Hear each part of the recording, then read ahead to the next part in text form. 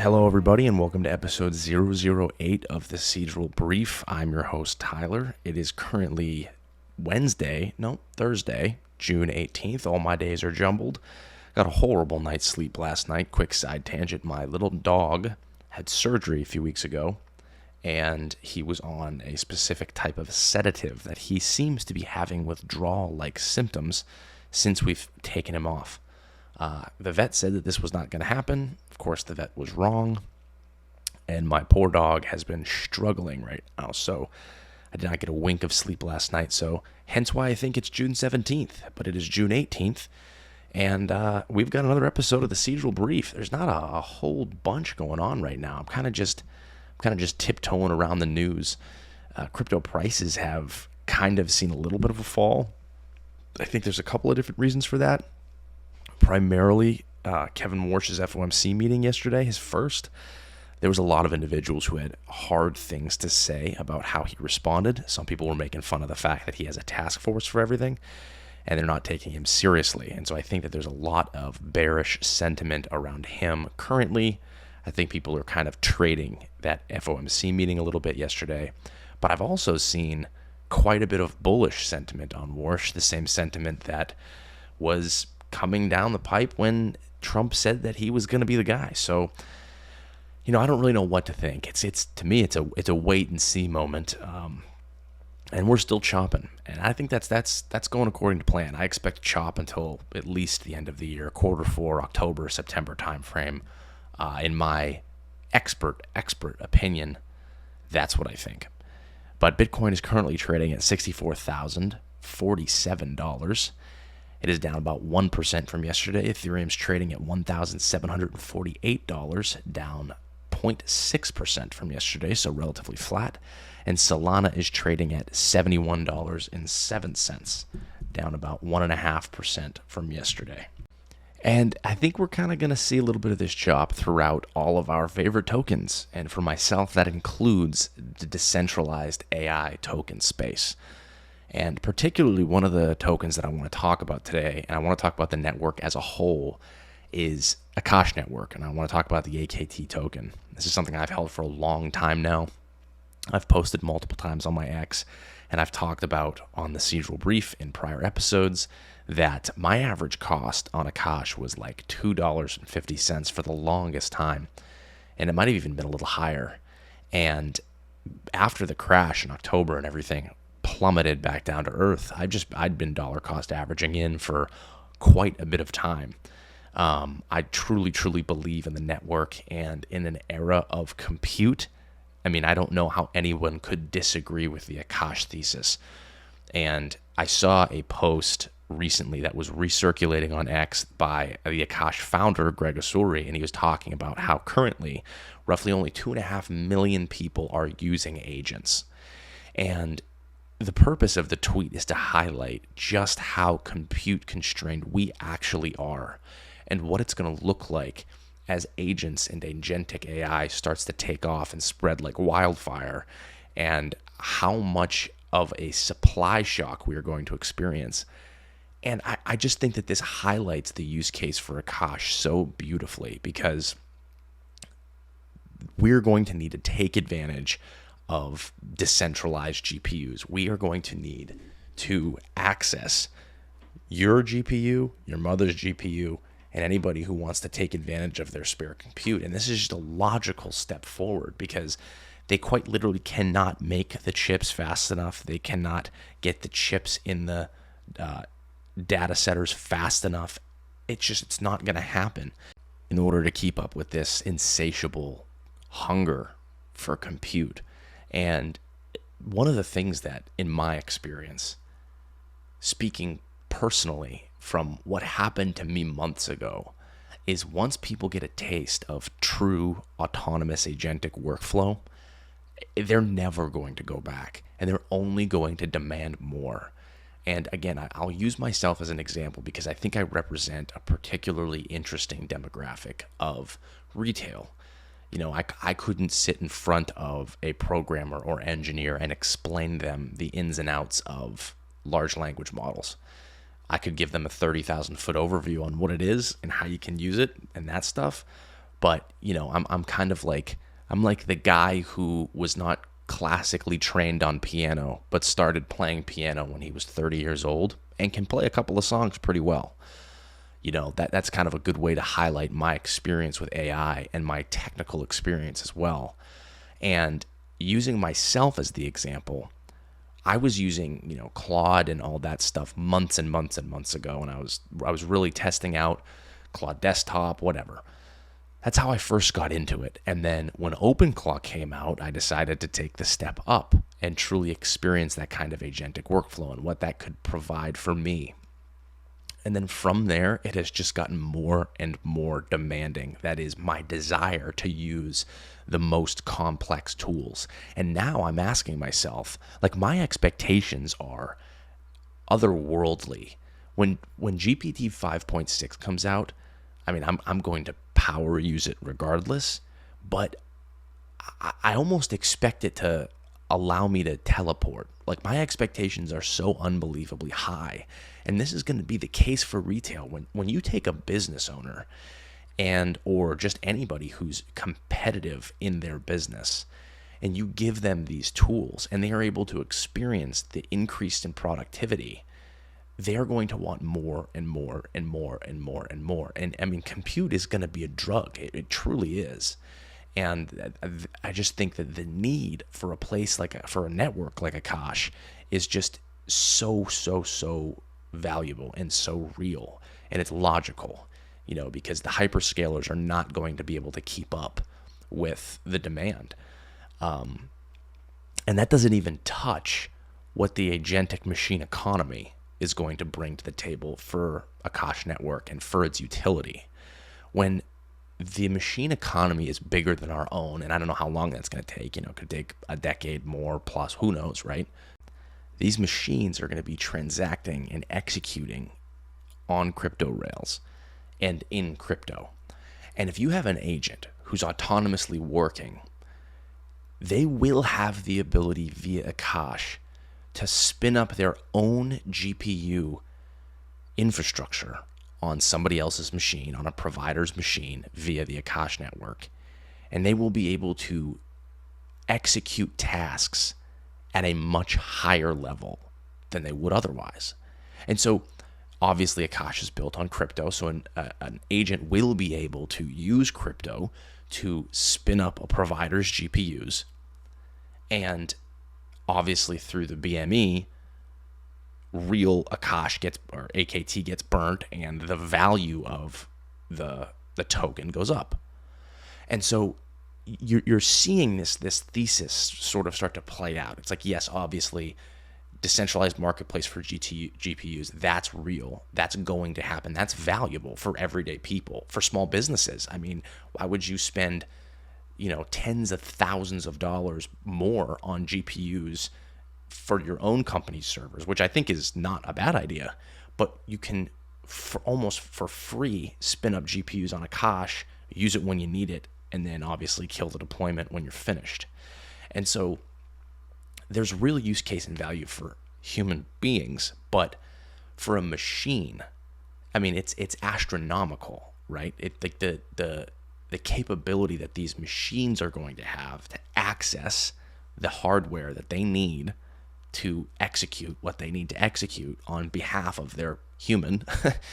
I mean, this is the scalability of Akash is just enormous, and it's going to be directly tied to the amount of GPUs on the network, in my opinion. And one of the things that I've talked about in the past is sort of like a GPU trickle down effect, which we will see happen. We will see probably GPUs be sold secondhand at a certain point to the public and to individuals. And then these individuals will have extra GPUs that they could use on the decentralized permissionless GPU marketplace or compute marketplace that is Akash.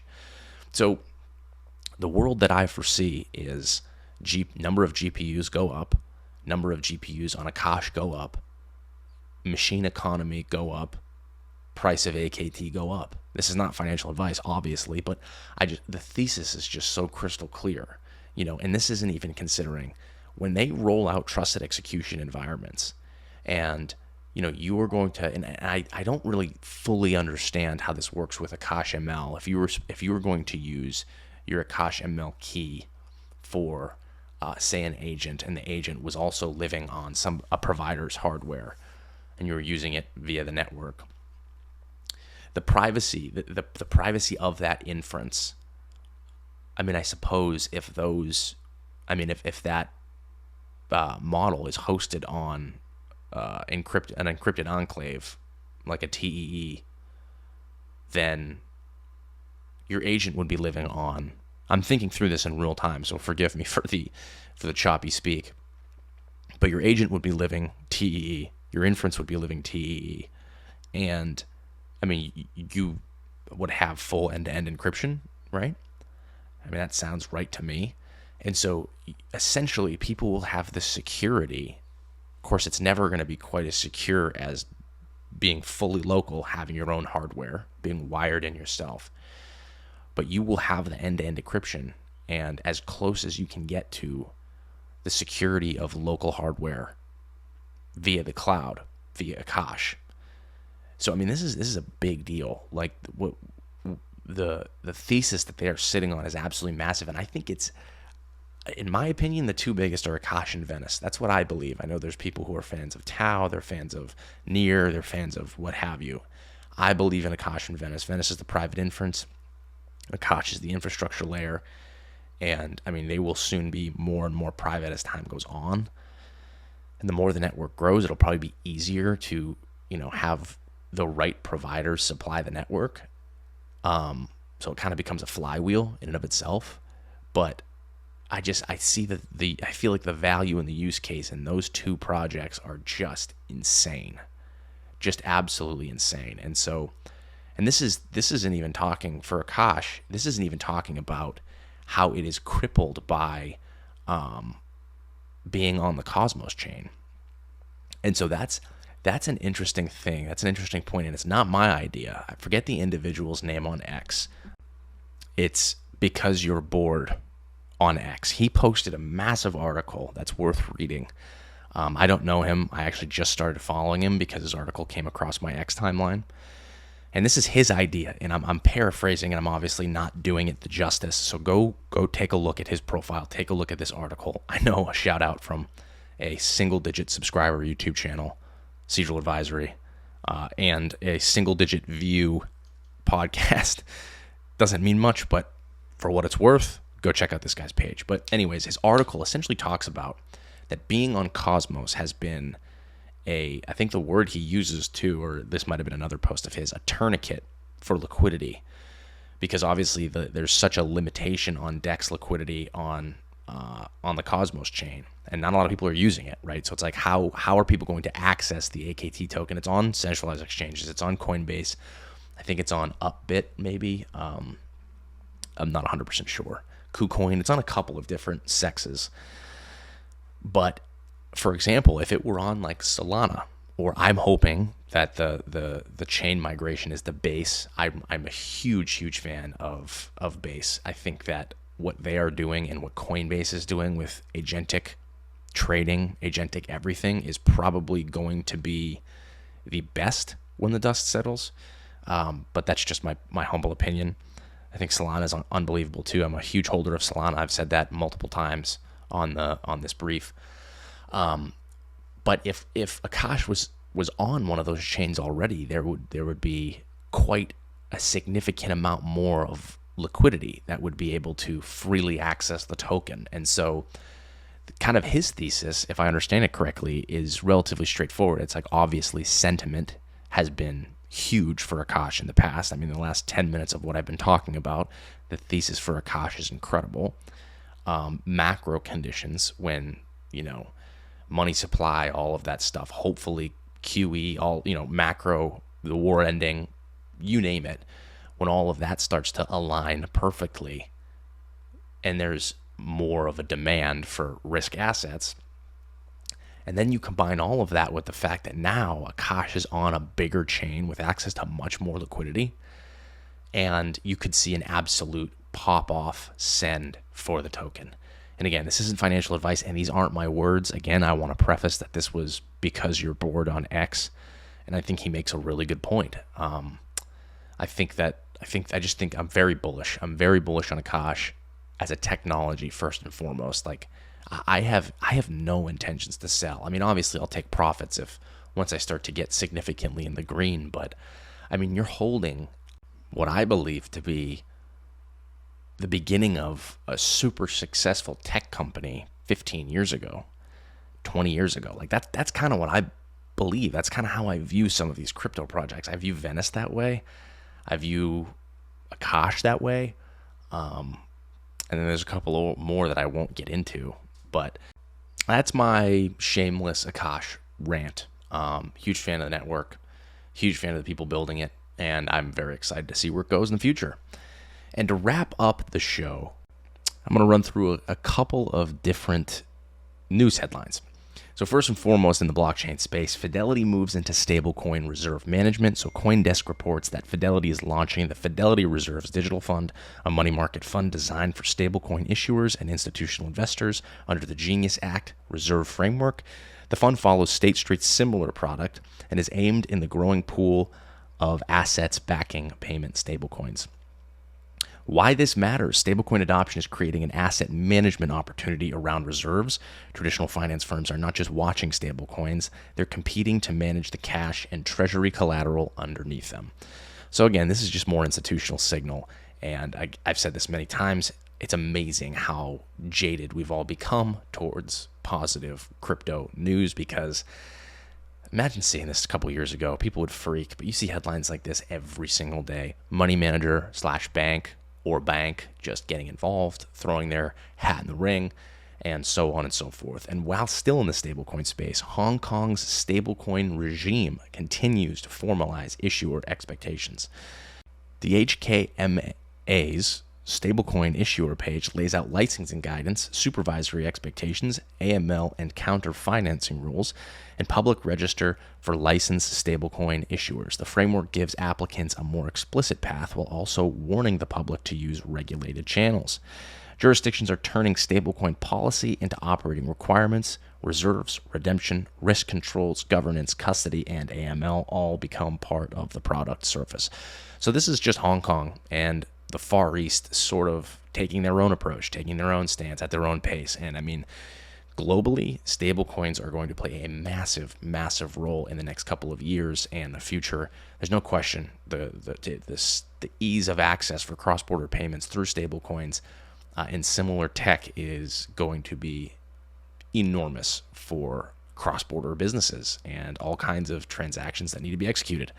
So you're starting to see different global sentiment. You're starting to see a lot of countries, like I said, throw their hat in the ring, just like American institutions. And so a lot of positives. I don't know how anybody could be bearish. I myself am not bearish. Perhaps I'm slightly bearish in the short term, the immediate next couple of months, but I am so bullish by year's end and beyond. So it's exciting times. Go out and touch grass. It's pouring rain where I am here. I think we're going to be seeing quite a bit of chop. So go and smell the roses. And if you listened, thank you so much for listening to episode 008 of the Cedral Brief. I really appreciate it. Make sure you like, comment, subscribe. If you're on YouTube, feel free to leave a comment if you're listening on Spotify. And like and retweet this or repost this if you're watching on X. It's greatly appreciated. I appreciate all the support. Thank you all and have a great day.